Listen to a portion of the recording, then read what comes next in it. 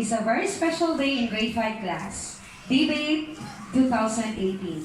So let us all stand up for the opening prayer to be led to us by Ella Lubian Q. Santos and remain standing for the singing of our national anthem.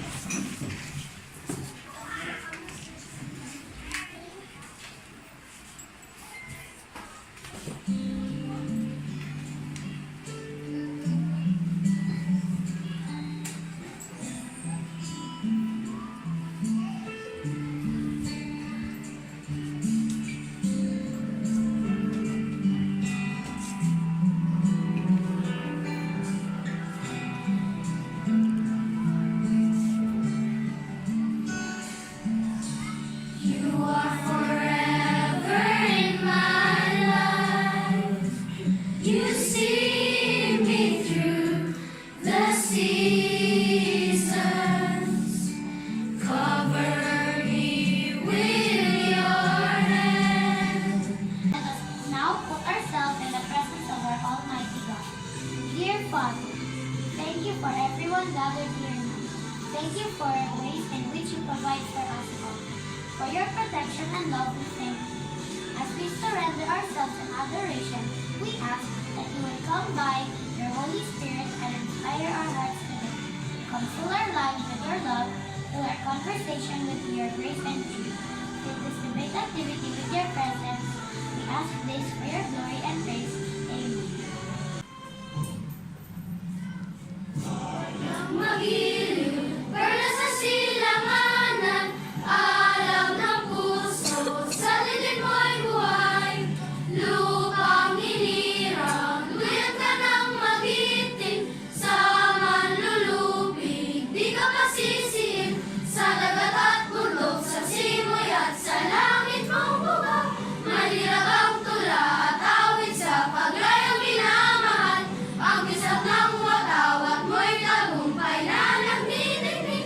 Ang bituin at araw niyang kailan pa may di magdidiling.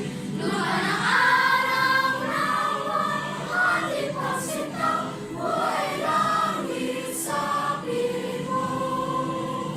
Aming ligaya ng may mga api, ang mamatay ng dahil sa'yo.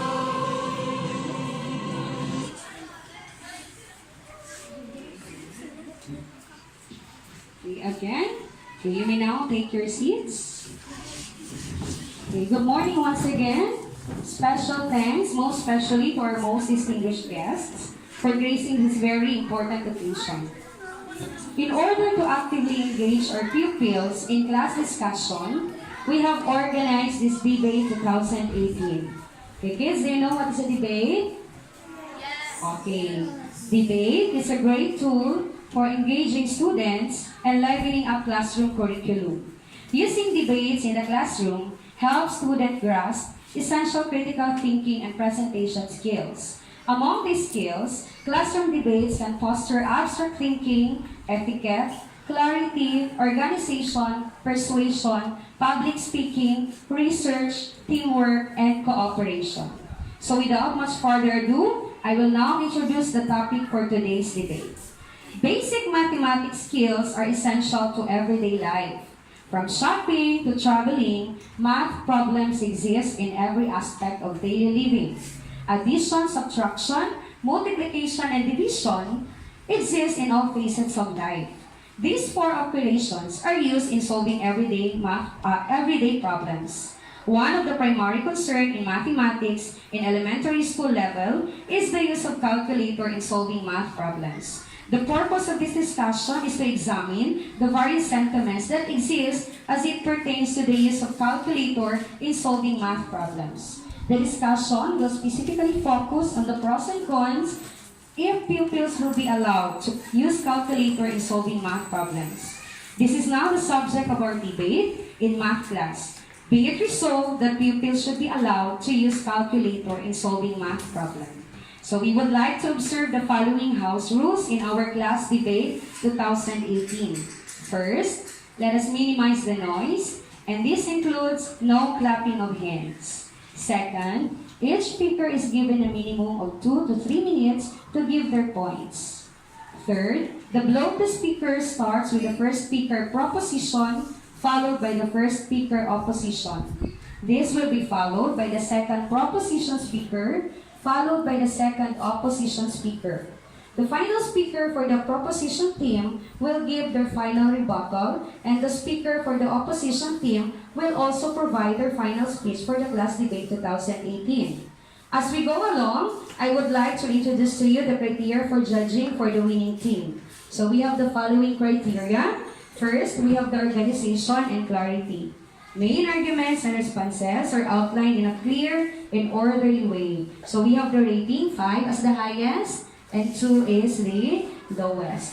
Okay, second, we have the use of arguments. Reasons are given to support the resolution.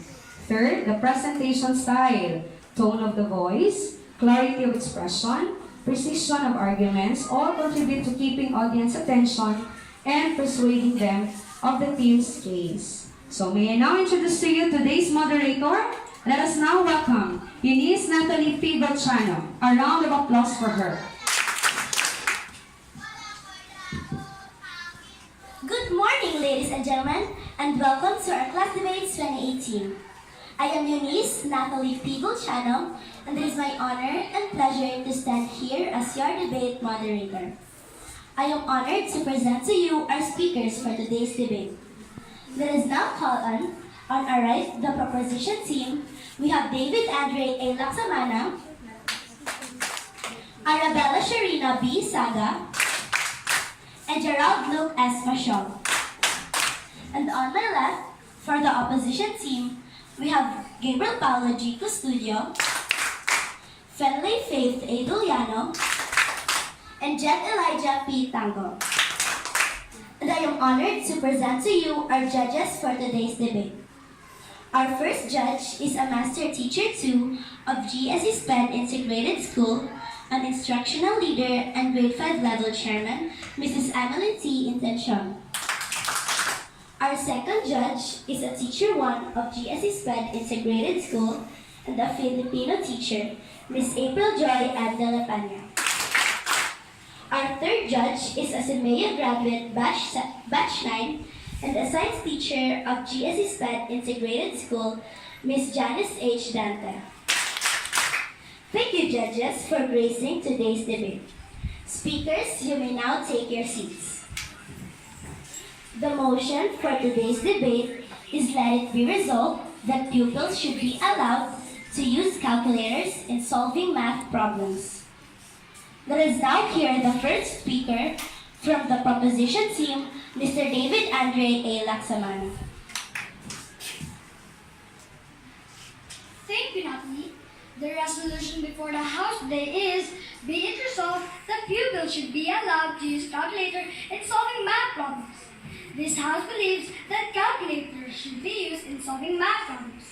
Calculators may look too simple on hindsight, but if you come closer, you will see that they require a little bit of technical knowledge to operate them properly.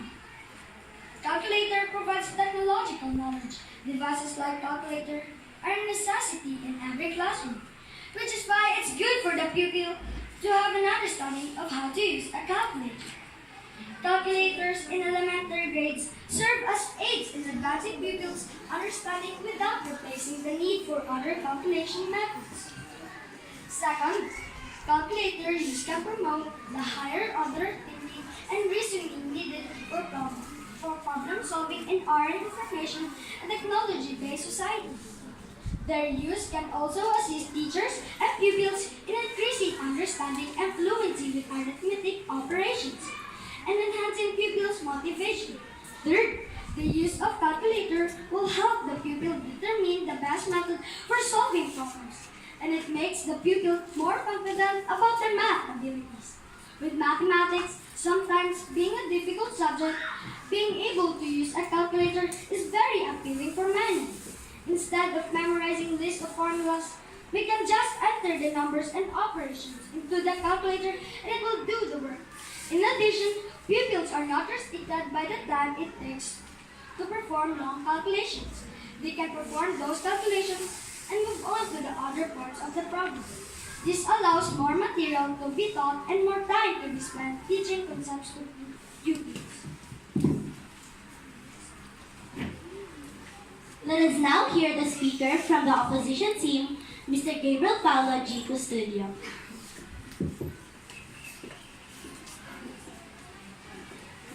Thank you, Natalie. The resolution before the House today is, be it resolved that people should be allowed to use calculator in solving math problems. This House believes that calculators should not be used in solving math problems. Calculators help to promote complacency in pupils. Yes, this might sound a bit too ridiculous at first glance, but this is undoubtedly a fact that has become quite prevalent in modern day education. Calculators can really promote complacency in kids like us. That's because we are now able to complete our homework way before schedule. The calculator will do the job on his behalf. As a result, pupils' performance suffers badly in exams where they aren't allowed the luxury of using calculator. Although calculators are able to quickly add, divide, multiply, and subtract, pupils still can't use calculators as their complete fallback plan. They still need to know how to do math longhand. With the use of calculator, it allows pupils not to be smart in mathematics because they have calculators to do the work for them. That's why we have to be careful because if students fall into a pattern of just using a calculator to complete all of their math work, they'll never appropriately develop their math skills, which will surely come back to hurt them during standardized tests and elsewhere in their lives. Don't let yourself become complacent. Don't just be satisfied with how things work for you.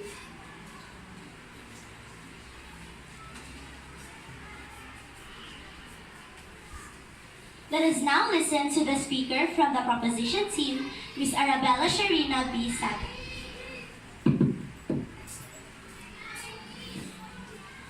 Thank you, Natalie. I believe that calculator should be used in solving math problems. Math is challenging and might not be everyone's favorite subject. Calculator help make learning more enjoyable. I completely agree with the use of calculator in solving math problems because sometimes calculator is really needed for some difficult math questions. It helps younger pupils grasp the underlying principles of mathematics by allowing them to spend time on those principles rather than on the rote computations necessary to solve them. Second, pupils' learning of mathematical concepts, processes, operations, and procedures is advanced when calculators are used. This makes it easier for us to stress more on important math concepts rather than stressing more on basic arithmetical calculations. Third, the use of calculators supports pupils in communicating mathematically and making necessary connections across mathematics concepts in real-world situations. Similarly, using and playing with the calculator to explore other patterns can lead to excellent mathematical discussions and discovery. In addition, pupils can explore the number. This allows them to focus on the concept and discover new ideas rather than getting bogged down with computations.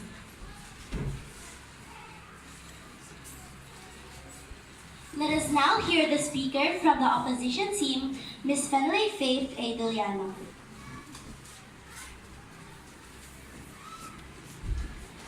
Thank you, Natalie.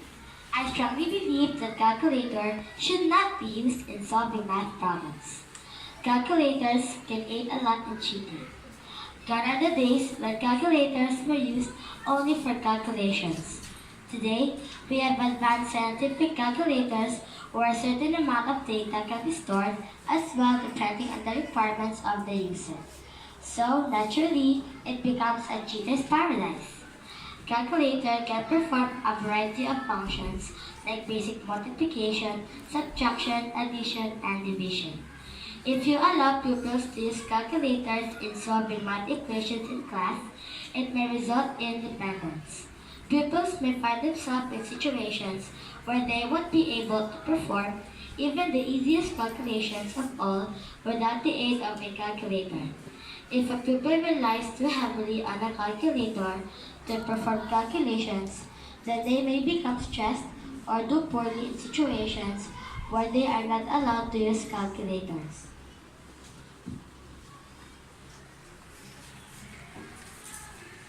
Let us now listen to the speaker from the proposition team, Mr. Gerald Luke Espachol.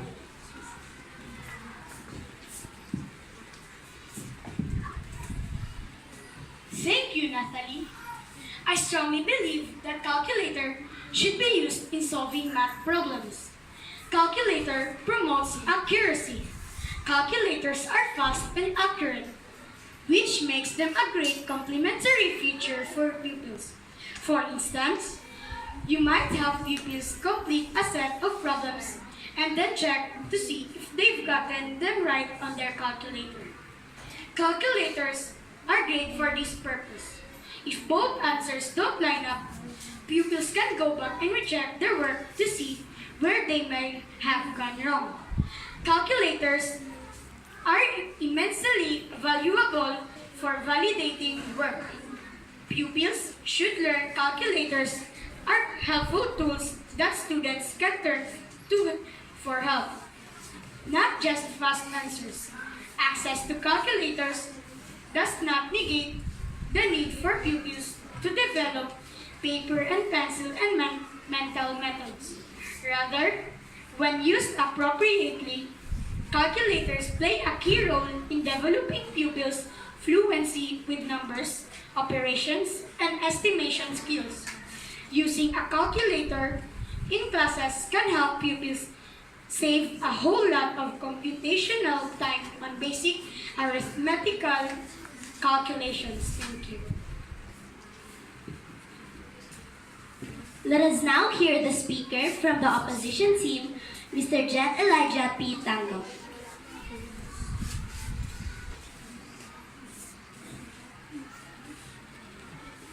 Thank you, Natalie. I believe that calculator should not be used in solving math problems. People should do math computations without the help of calculator, but some are depending on the calculator for solving. Pupils become dependent upon calculators. If we allow pupils to use calculator in solving math problems, it reduces pupils' ability to do well on computational problems. Indeed, in some cases, the use of calculator can become a dependency for pupils. Some pupils have not mastered the foundational skills. This lack of mastery makes them dependent upon calculators to solve simple computations. Without the use of calculator, pupils will more likely remember the mathematics concepts and be able to perform the calculations. These skills will be more beneficial to the pupils and make them a better performer overall. Although the workplace does allow the use of calculators, there are still many situations where either a calculator is not available to solve a problem. Problem cannot be solved even with a calculator because the pupils does not truly grasp the mathematical concept that is needed.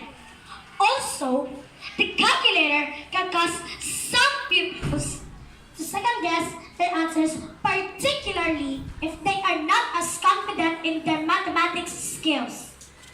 Allowing pupils to use calculator in solving math problems keep pupils from benefiting from one of the most important reasons for learning math, to train and discipline the mind and to promote logical reasoning, and it gives pupils a false sense of confidence about their math ability. I think many pupils don't understand that a calculator can only be right when the input is right. Thus, when they get something wrong, they blame their calculator.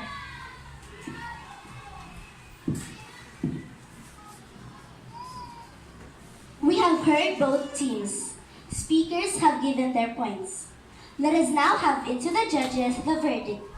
Good morning and thank you. Thank you, speakers, and congratulations to all of you for an excellent job. So let us give ourselves an excellent clap. Okay, so ready? 1, 2, 3, go!